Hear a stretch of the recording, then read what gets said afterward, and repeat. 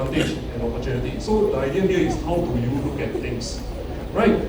Okay, competitive work environment, have to travel frequently. Okay, maybe let's do some form of interaction. Okay, just now Sharon want to do that, but there were some technical issues. So for this particular portion, okay, take out your phone, scan the QR code. Okay, it's anonymous. We just want to get your gut feeling, how you view certain factors. Is it opportunity to you? Right, so you just rank the different factors. So we have five different factors over here. Okay, let's say in this particular job, it requires you to travel frequently, but to ASEAN countries. Is this like an opportunity to you? Yes or no? Okay. Then, a lot of career opportunities in the supply chain, healthcare, operations, and service sector. Is this like an opportunity to you? May or may not be, right? Okay, is work location at the west side in Boon Lay Tuas. Is this an opportunity to you? So a lot of the engineering related jobs, they actually reside in the west or in the north. I think east side there are also some, but again, because of government policies planning, right, west side tend to be more industry heavy, right? Off-work, shift work, just like I mentioned already, high demand for engineers, robotics, aerospace, clean energy, etc. Don't know whether you guys are aware, in fact, Singapore does have a space industry. Of course, when you compare to the bigger countries like USA, China, we are very small, but Singapore does have a space industry. So again, it's up to you whether you put in an effort to go and find out, right?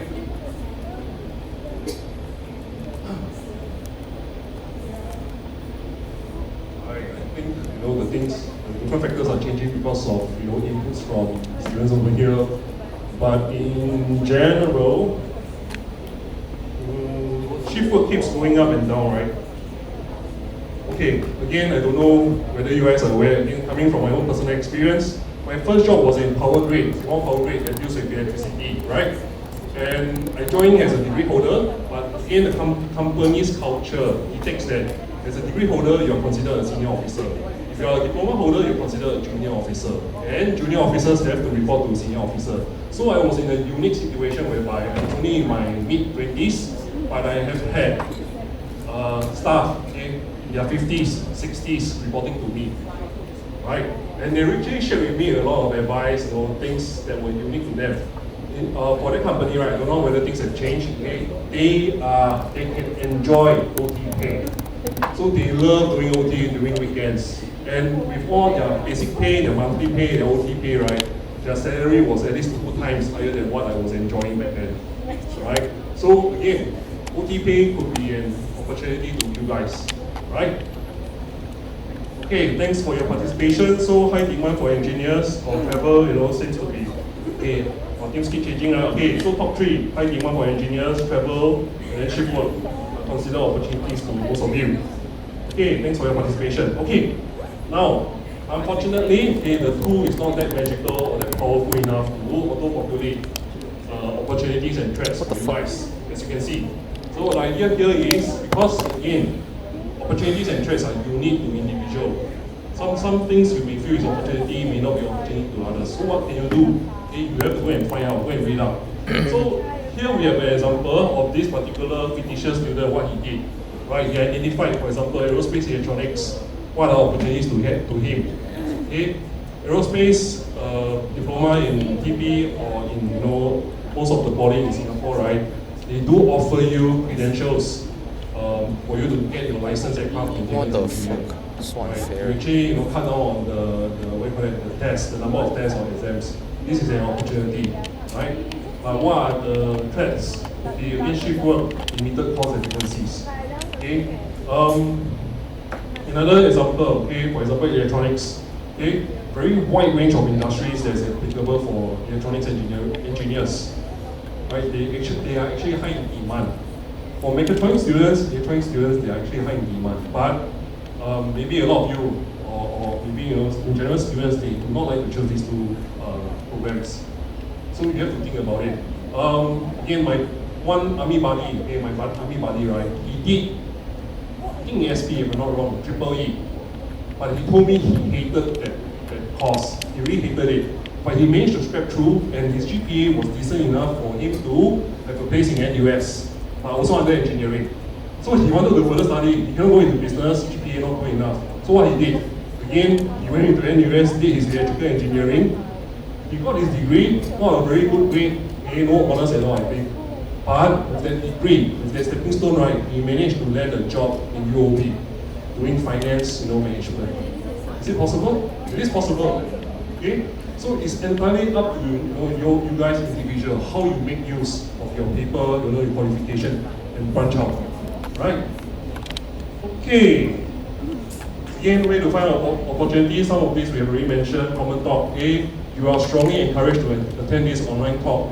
All the 7 course chairs from the 7 diplomas will be here. They will share with you, certain questions, burning questions you have in mind. For example, yesterday one session. After the session, there were 3 students, right, came to me asking, Teacher, I'm interested to go into EME. But because you all know, it's based on merit, send 1 results. So what is the average GPA that the course chair or the diploma will take me in? Okay? If you go for the online talk, you can post inside the Teams chat. Okay, a lot of students, they like to ask. So if I want to go BME, what's the average GPA I should get? So take this opportunity, go and ask the course chair. They are the best person to advise you. Right? Skills framework. Again, SSG, they came out with this framework with the major industries in Singapore, identifying that, let's say you want to excel in a particular industry, what are the essential skills an individual should have. You can go and read up and you find out more. Right? Again, TP course website. Again, TP Engineering School of Engineering, they have listed out all the different modules that you'll be taking. Okay. After you are done, when you are back home or during your free time, you go through with this tool, you should be able to identify what are all the different strengths, weaknesses, opportunities, threats pertaining to each of the 7 diplomas. And then with those info, you can actually rank 7 diplomas. Like what this fictitious student has done. He ranked 1, 2, 3, 4, 5, 6, 7, 8, 9. Sorry, until 7. Right? So you can use this tool and refer to your streaming, during your streaming exercise and you refer to it. I think your course manager and the course chair will strongly encourage you guys to rank everything. Don't leave anything blank. Let's back out options. Right? My last few slides. Again, let's say after this workshop, you still feel confused, you're not sure where you want to go. Actually, you have a wide range of systems. Your friends, your family, even us, the coaches, your teachers, right? Your mentors, even your care person. Right? These are all people who you can approach. Right? And you're not alone.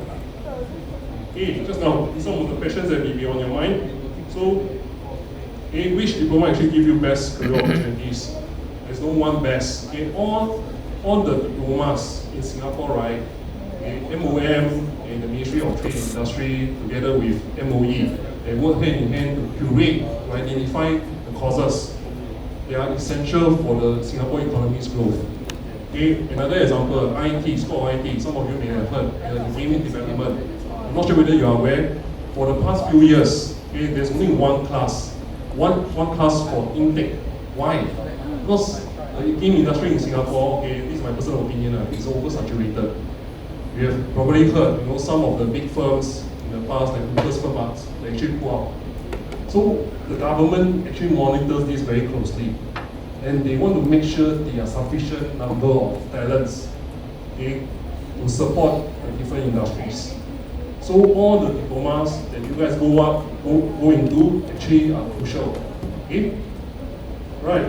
How should I go about selecting which diploma, what factors should you consider? Again, based on your interests, your strengths, your values, threat, opportunities. Right? What if you choose the wrong diploma? Again, we have been trying to emphasize there's no wrong diploma. Any diploma that you get from TP or any polytechnic in Singapore is worth something. And it's a very good stepping stone, a very good foundation for you to build your